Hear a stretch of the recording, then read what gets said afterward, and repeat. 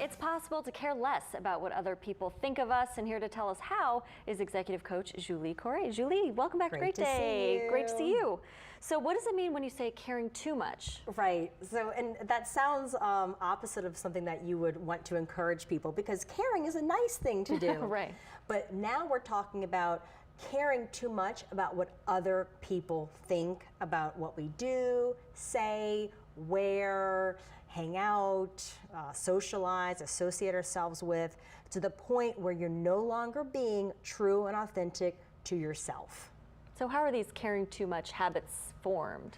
Well, remember that old phrase, what would the neighbors think? So at some point in society, we became very hyper aware of keeping it together behind closed doors, don't air your dirty laundry. And I think there's a difference between putting too much out there and not having any sort of filter or boundaries, and being hyper concerned with what other people think.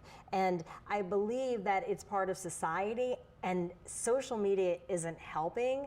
That whole concept of what will the neighbors think is now what will my followers think. Sure, sure. Tell us a little bit about caring about what other people think, how that interferes with being true to yourself. So let's say that I really want to go hang out at a coffee shop and wear like a Harry Potter t-shirt, which is a real thing I would legitimately do. But I'm so concerned that people would judge me and think that, they'll not think highly of me because I'm in a Harry Potter shirt, that I wouldn't wear it, and I'd only wear it home. And that's a really small example of stopping yourself. But it could be bigger things of not speaking your mind with friends about, you know, I really don't like the way you talk like that. Or it could be interests that you have, that you really love to bowl, that's your jam, or you love bingo. But you're not going to do these things because you care more about what other people are going to think about you. That's pretty sad. It's pretty depressing. It happens all the time. I wish I could say I'm making this up and that I read this in an article, but this is what I experience constantly. And I started to pay attention. And I even was doing this a couple years ago, where if you'll post something on social media, you'll say, oh my gosh, look how I used to look back then. Look at that, it's so terrible. Or I see now, pardon the mess in the back. Oh, pardon my windblown hair. It's like, what do you, stop caring. Sure. Or how about just don't post something if you feel that negatively about it to begin with? Why post it at all? Because I think people apply this I care too much about opinion to everything. But it's to the point where folks will align themselves with people that they don't really like very much, simply because they're trying to keep up appearances, because they care too much about what someone else thinks. Right. Okay. So is it possible to balance fitting in with not caring too much? Right, because you do want to still have friends or find like-minded people. Here's the key, okay?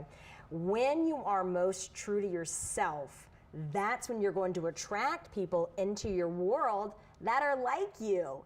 Ideally. Right. There's got to be somebody out there. Right. You're not alone. If you think about it, if I start to be true to myself, I am going to totally fit in, because there are other people that are like-minded. I worked for Disney, so I had a very specific personality type. As you can imagine, in my 20s, I was a performer. I had tons of friends because I was working in the same industry. Minnie Mouse, Cinderella, right? All those friends. I can't break the magic, but you can base it off of my personality 20 years later and make a good estimated guess.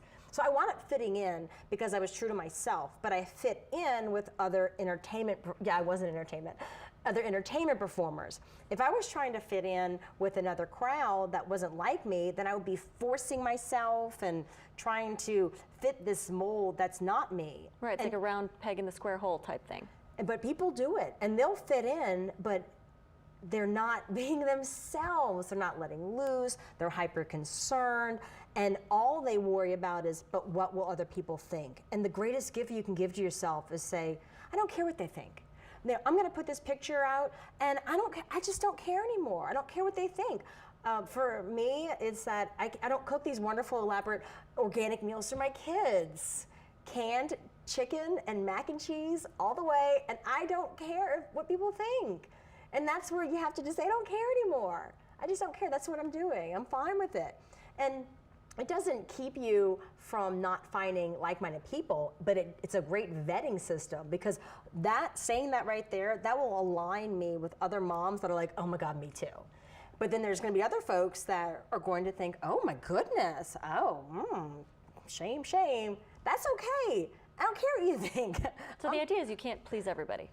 No, and what's really sad is that people will actually go to great lengths to please someone, to gain their approval. But even when you try really hard, it's not possible, because I can't control what pleases you or what displeases you, or what makes you happy. You and I, we both know the only person that's in control of how we make ourselves feel is us. We're in control of that.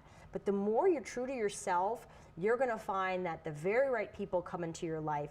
And you know what? Even if we did work really hard to fit in a certain mold, people will still, behind the scenes, be snarky. They'll still judge us. So let them do it anyway, and don't bother caring in the first place. We have to learn how to be confident in our own skin. All right, thank you, Julie. So to learn more